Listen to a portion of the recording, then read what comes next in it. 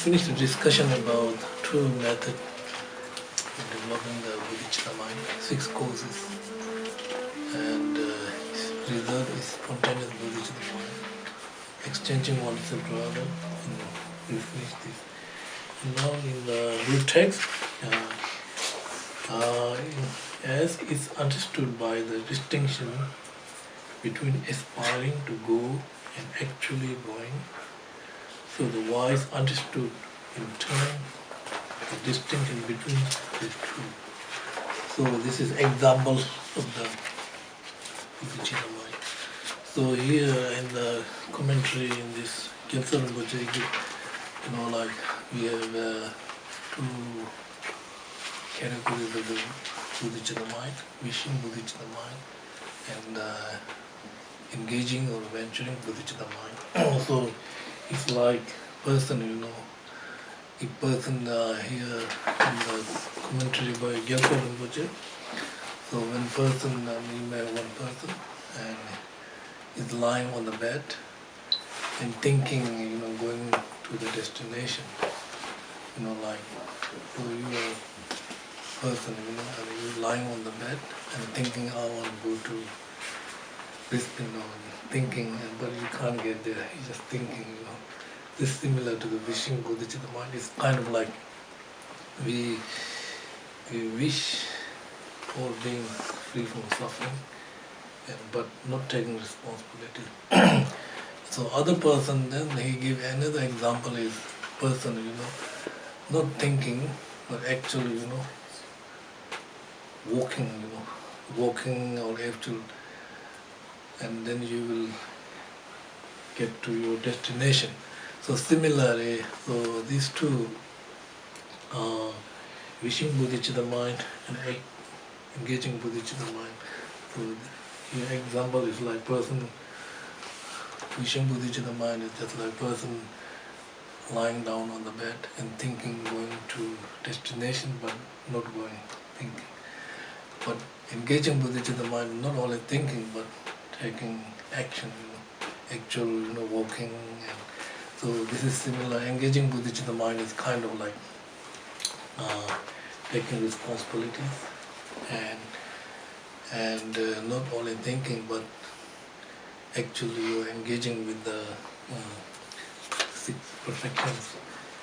And so these two categories. So therefore, in order to distinguish these two categories of the Bodhisattva mind, so in order to develop this, how can I say, this engaging Bodhisattva mind, we need here some very important.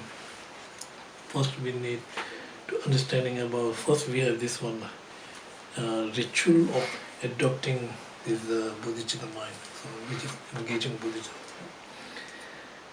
So, ritual of adopting Bodhisattva mind.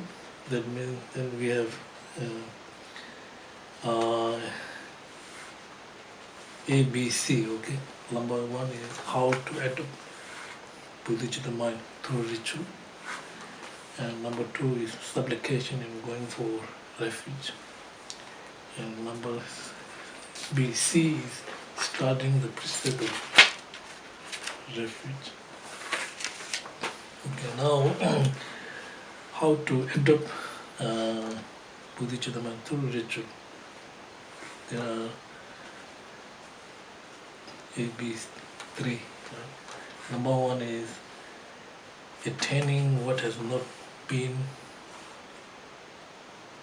attained, and number 2 is from whom you should take the ritual vows, and number 3 is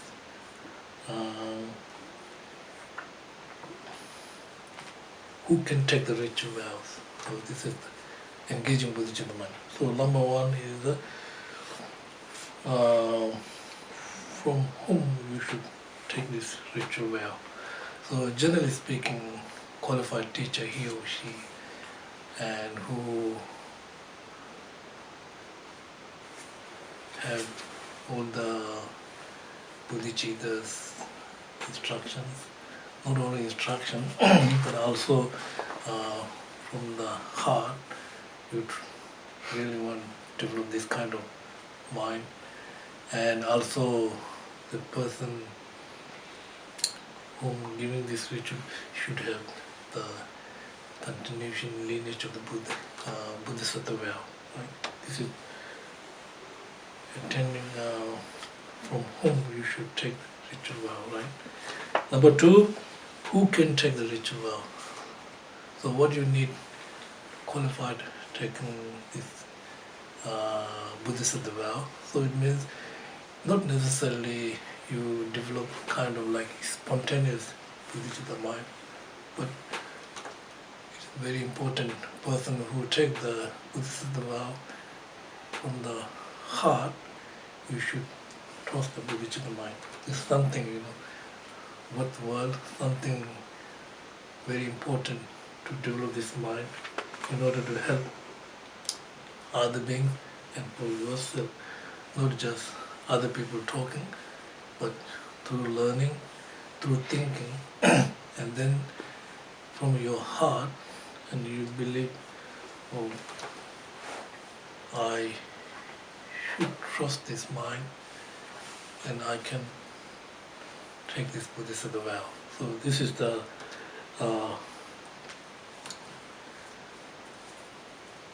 who can take the ritual vow, right? How to take part in the ritual vow. So now they have how to take the ritual part of these three categories, A, B, C, right? Number one is performing the special practice of going for refuge. Number two is after decorating the place of the ritual and setting up representation of the three jewels, Buddha, Dhamma and Sangha, arranging the offerings. So number one is preparation for the rituals. So we need preparation for the rituals because ordinary mind is full of negative habituation, and very difficult to subdue. We have all this negative. It's very easy to influence our mind. So we need mental preparation, preparation for the rituals.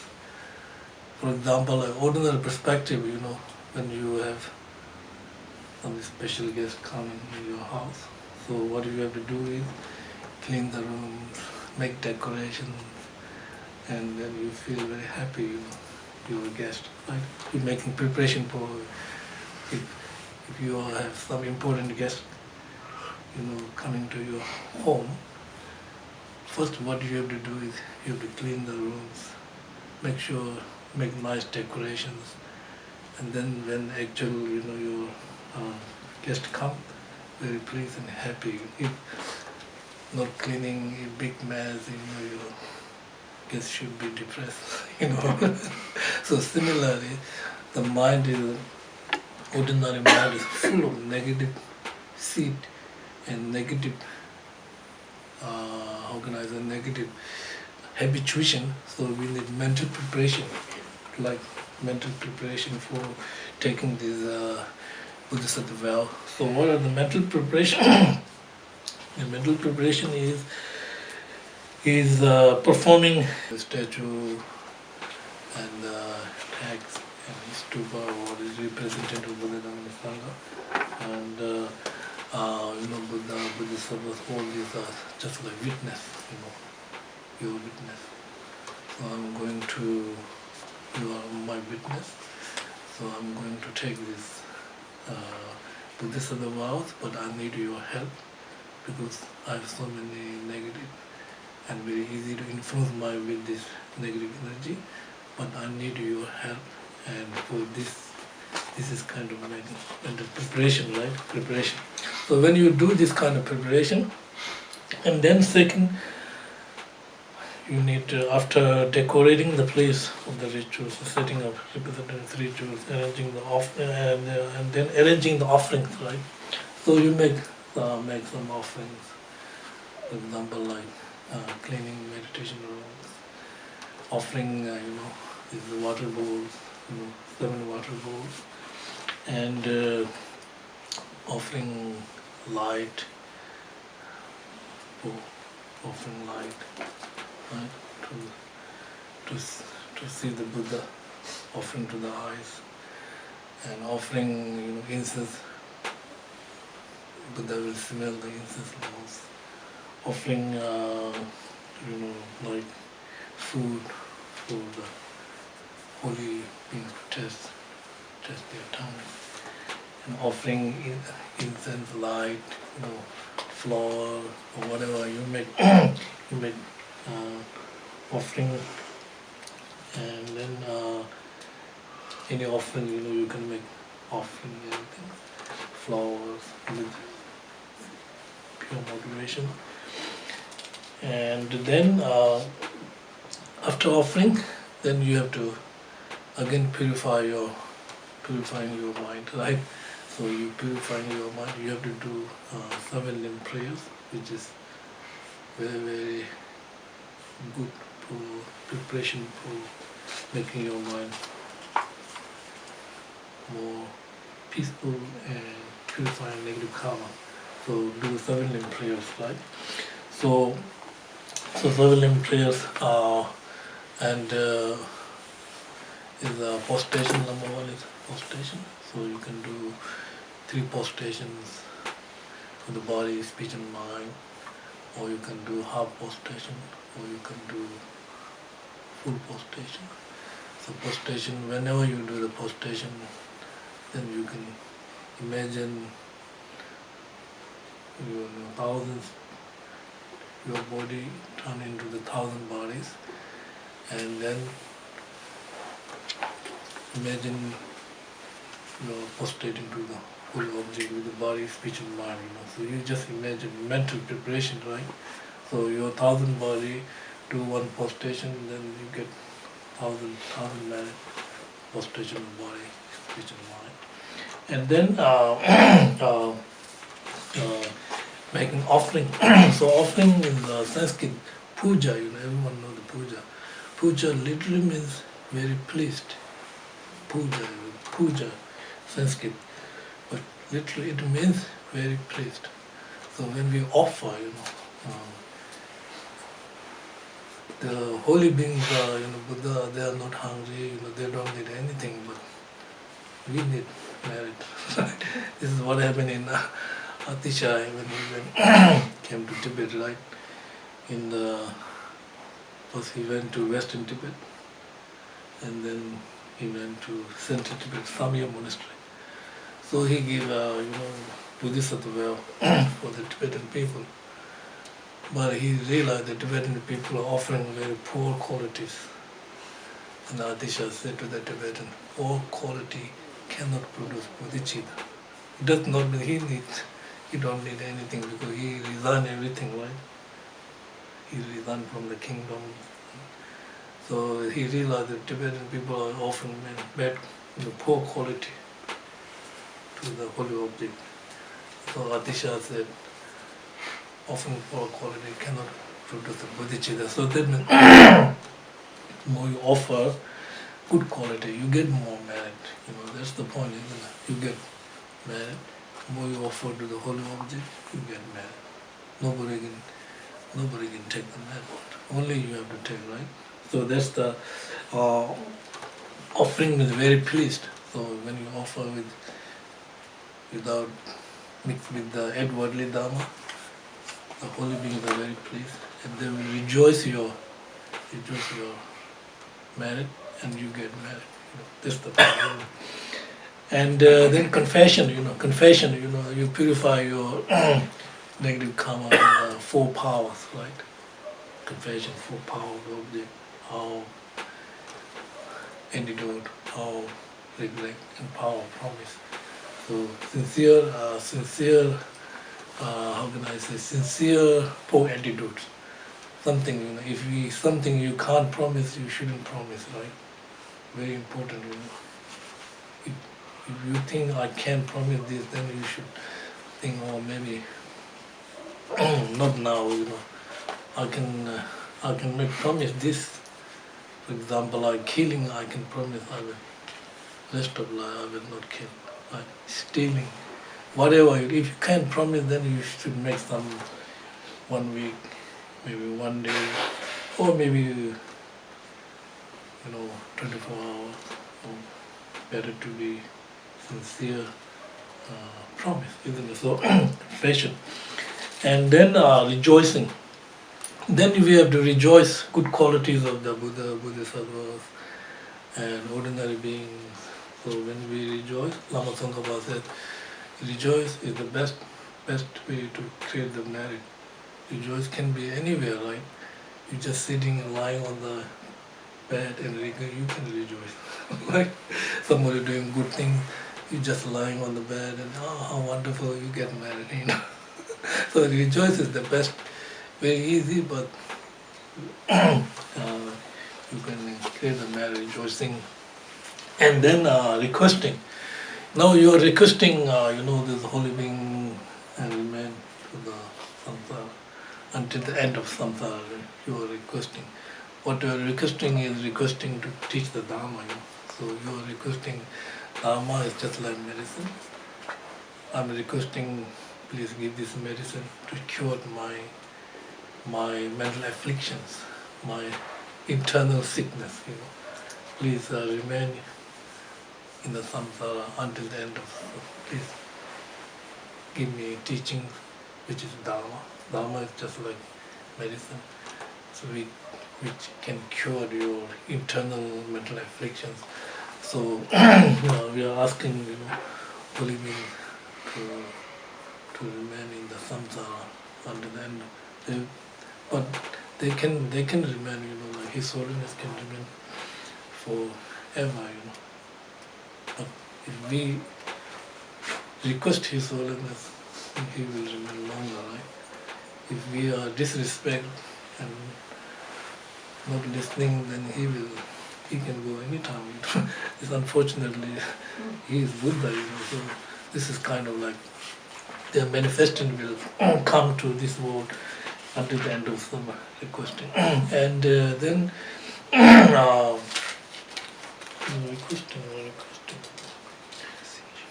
ostration, offering, confession, rejoicing, requesting, and beseeching. Beseeching, right? So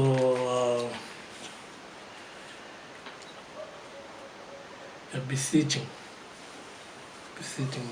you know the beseeching, right? What is the beseeching? Over the Tibetan word.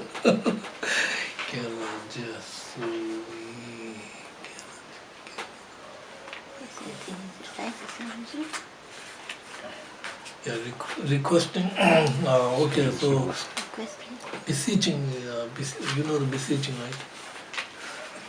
Beseeching means. You know beseeching? What is it? Requesting in a kind of Extra. pleading way. Yeah, beseeching. Beseeching. What is Pleading. the Tibetan word? Pleading. Pleading. Pleading. If I remain Tibetan or very rich.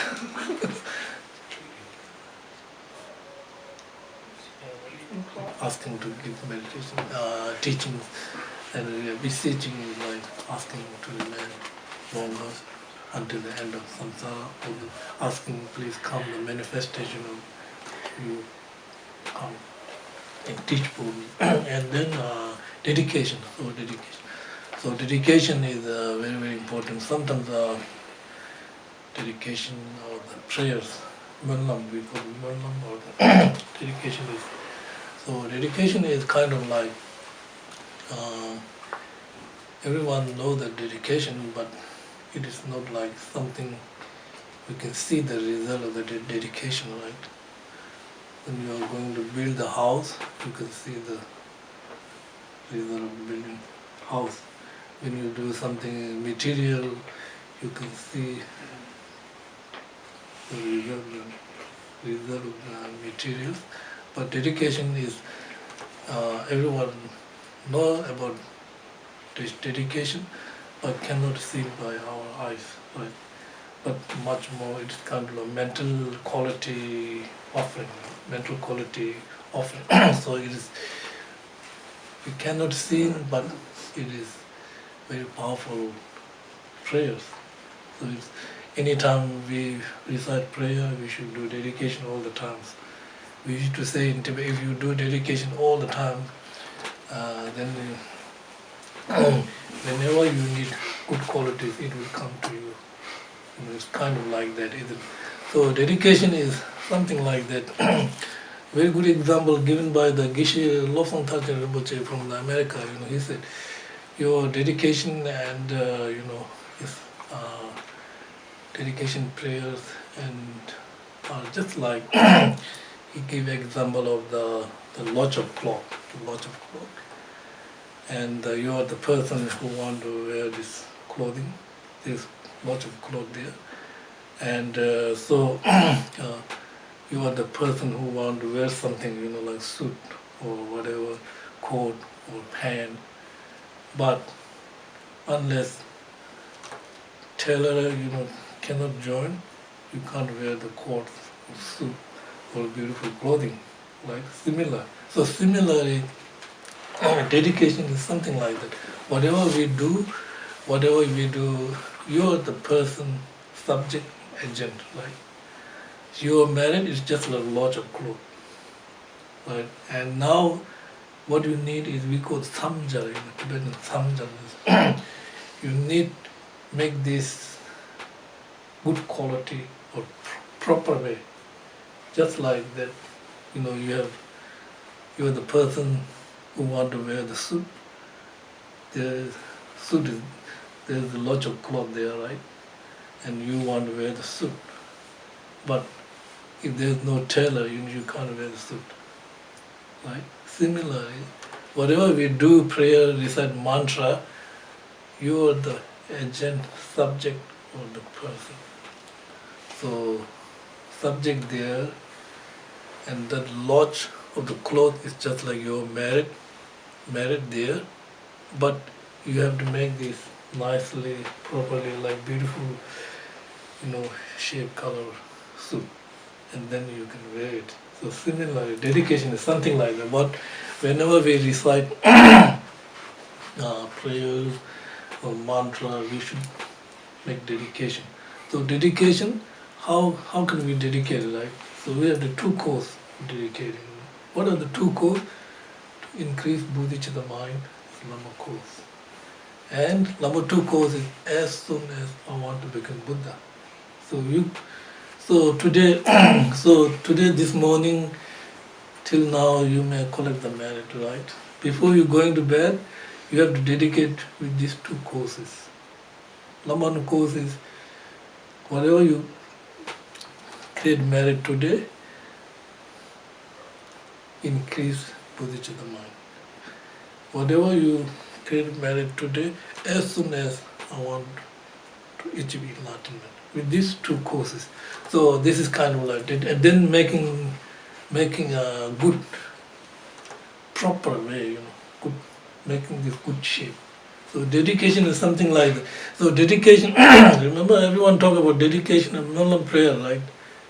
But cannot see the result. When we build the house, we see the result of building house. But the Geshe La, I gave a very good example, you know, Geshe La from America late. He gave this one, you know, lots of cloth, which is like your virtues. You are the subject of the agent. Now you have to make this proper way or good quality. It's just like tailor join and make this nice cloth, and you wear this cloth. So it's just like you dedicate all these two courses, all your merit, before you go to bed. These two courses of merit to increase bodhicitta mind, and number courses as soon as achieve enlightenment. So with these two courses, any reciting mantra or doing anything, you can dedicate like this. And when you dedicate, and then your merit will not destroyed by the other afflictive emotions. It's already saved there, you know. No matter what happened, you know, every time you do something, you should dedicate. Will remain there for long time, you know. If you're not dedicating or not doing the prayer, then it can be destroyed by the afflictive emotions like anger, So therefore, anytime, so silent prayers. So this is the after decorating, and then next is the supplication and going for refuge. So supplication, now you are asking teacher, please give me please give me the refuge vows. You are asking, so it means we can't give you are asking the refuge ceremony for me, so I can take refuge. You're not saying, you are not asking Buddha give your refuge to me. What we are asking is refuge ceremony, ritual. So I can, after receiving ritual, then I have kind of like commitment. I make commitment.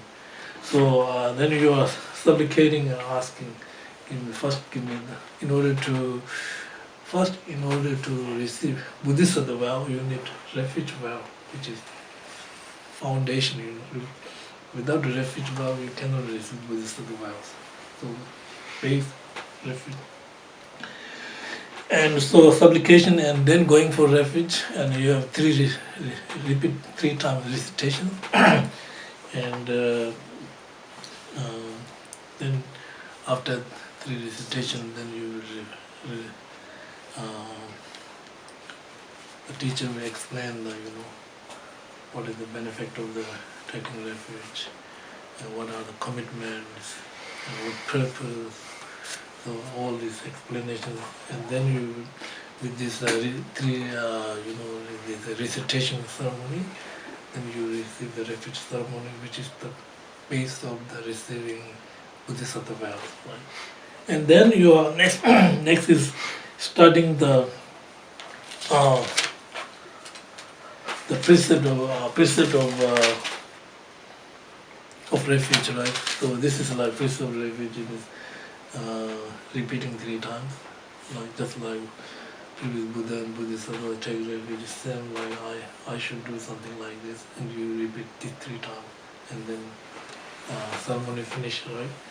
And then your preparation for these Bodhisattva vows, right? Now Bodhisattva vows, so you have foundation refuge vows. Now you are going to take the Bodhisattva vow. So in order to take the Bodhisattva vow, first you need to purify your attitude and actual rituals and conclusion of the ritual. Right? So the purifying your attitude means, so because now you are going to take the Bodhisattva vows. So before you take the Bodhisattva vows, you also need to make preparation for your mind. It's like cleaning your mind, right? It's like making preparation. So what a preparation is, so your mind is not dominated by self-judging mind. You are asking, requesting, and then so you are there are actual ritual, then asking, and then actual ritual. Now actual ritual, then you need to do some preparation, right? So what you have to do is you can take the bath, and you can wear the best nice clothing, best clothes whatever you, and you can clean up your, like make decoration, like decoration, like clean your body, making makeup, put the lots of things here. In the monastery we don't have all we have to clean the temples, clean the altars, and clean the mind decoration.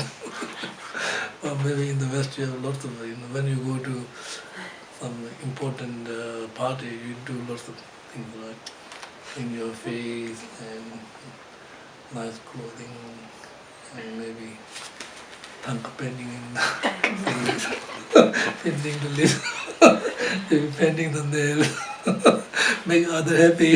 Similarly, here actual means well dressed, you can nice dress, no problem.